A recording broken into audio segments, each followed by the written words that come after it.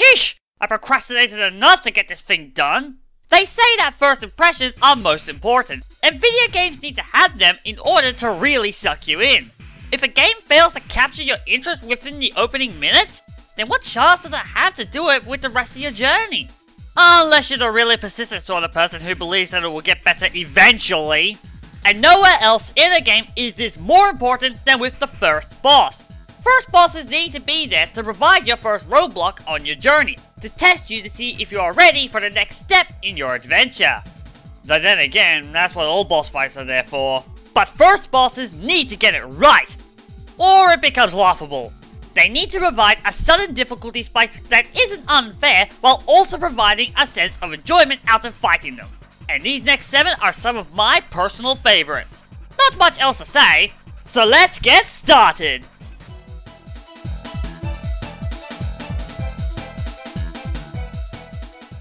You know, it's probably a good thing I did procrastinate. Otherwise, I probably wouldn't have played this glorious indie game by the time of this video. Shantae Half-Genie Hero has quickly become one of my favorite 2D platformer collectathons, as well as one of my favorite games ever. I wouldn't put it in my top 10, but it comes tantalizingly close. Probably around the 15 to 11 region. I'm not going to call it a flawless game, but I am going to call it a fun and enjoyable game. There are a few moments where the game's fun drops and becomes a grind, but at least the game is able to pick itself up shortly afterwards and deliver the fun. In spades. And the bosses are no different. Big, powerful, and a heck of a lot of fun to fight. Except this one. And the same thing can be applied to the first boss. I mean, why else would I be talking about this game right now? If anything had to give you a general scope for how large the bosses in the game are, the Tinker Slug does its job to a T. Risky will attack Shantae by firing her pistol and launching cannonballs, both standard and on fire. These attacks are particularly hard to avoid, but they can take up quite a scope of area if you aren't paying attention. To damage the Tinker Slug, ring the bell in the corner enough times to summon an exploding barrel above Shantae's position. Climb the chains to reach the barrel, and then simply knock it towards the Tinker Slug to stun it. Jump down and damage it as much as you can before it recovers, repeating the process enough times until it is defeated. Straightforward and to the point, but nonetheless fun and hectic-ish. This fight is really good and well designed, and just look at the size of this thing! But unfortunately, there is one problem. See, if you just hang on to the chains here, you can just about dodge all of Risky's attacks. I mean, you won't be ringing the bell anytime soon, but that kind of defeats the point of the boss. Hey, look, I don't mind if a first boss is easy. I never said that they had to be hard, but I prefer when a boss can't be cheesed this easily. But it doesn't matter. Fun wins out over all else at the end of the day. That pretty much sums up Shantae Half-Genie Hero in a nutshell. And then some! The boss is still really fun though. I wouldn't be putting it on this list if it wasn't. I just wish a little more care was put into the finer details. You're finished!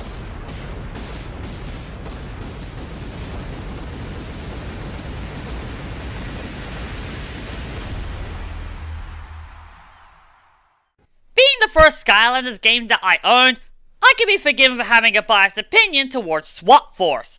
And even without the biased opinion, this game is fantastic!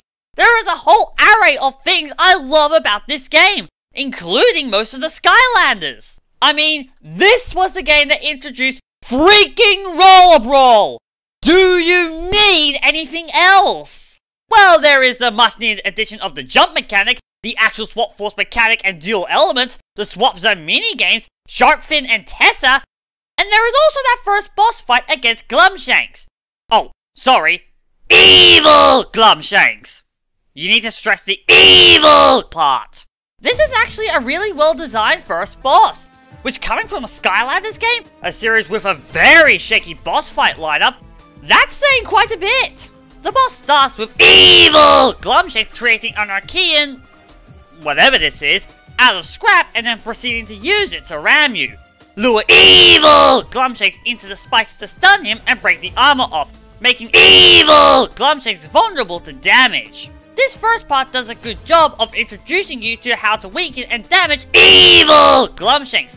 As from here on, the fight goes from being easy to actually a bit of a challenge. After taking enough damage, evil Glumshanks will take away some of the spikes and begin to summon rockets that will target wherever you stand. And after taking further damage, evil Glumshanks will summon Archean Knuckle Dusters, which are in my opinion incredibly annoying enemies, to attack you while also launching more rockets and continually ramming you, leaving just the one spike step behind to lure evil Glumshanks into. Okay, how long has this horse been dead for? Sounds easy? You'd be wrong.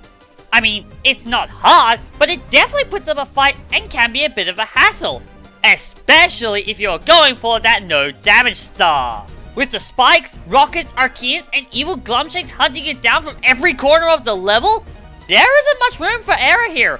One mistake is all it will take to ruin the run and force you to start over. But at no point does it ever feel unfair. It's also good to have a boss against Glumshanks to begin with. More so one that is actually cynical and evil under the influence of the petrified darkness. It really emphasizes the effects this stuff has on things. In general, it's just a really fun and challenging first boss. It's also the best boss in the game in my opinion, which speaks volumes for how wibble-wobble the bosses in the series are. Hey, at least those in Track Team are good! For the most part. Pull yourself together, Glumshanks. You can do this. You're evil enough now.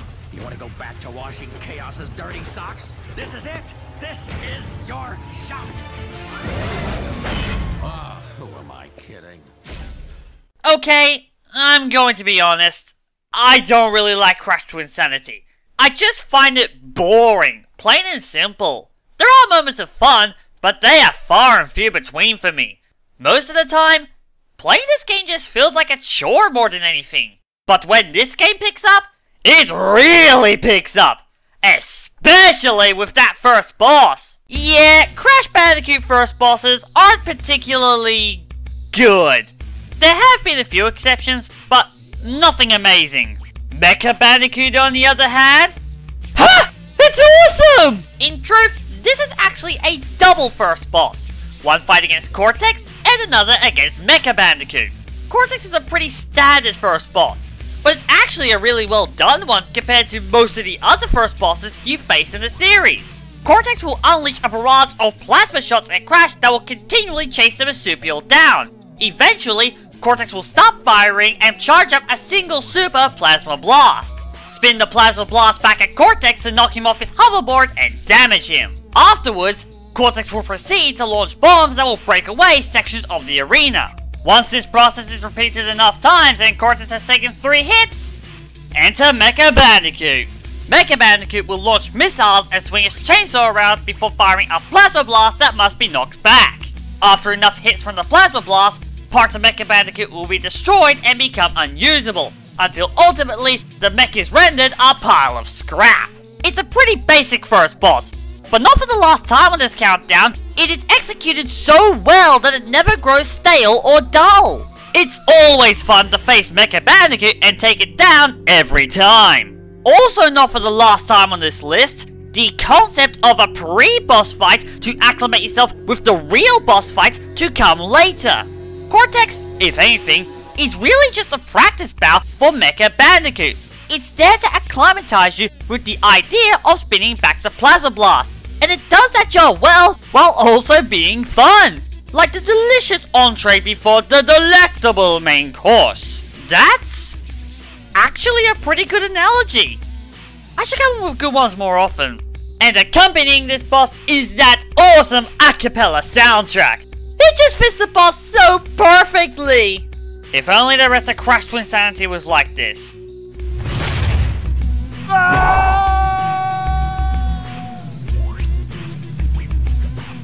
Lunch? Where does one draw the line with calling something the first boss? The first enemy in the game with a health bar? An enemy that takes considerable more hits to defeat? If you hark back to my opening description, I said that the first boss should beat the first major roadblock you encounter in the game. Another way of wording that is that it marks the end of the first arc in the adventure. So a boss that teaches you mechanics of the game or acts as a prelude to a boss later in the arc, I say doesn't count. They're closer to mini bosses than anything. So with that taken into consideration, I guess I now have a perfectly rational excuse to talk about everybody's favorite member of Organization 13.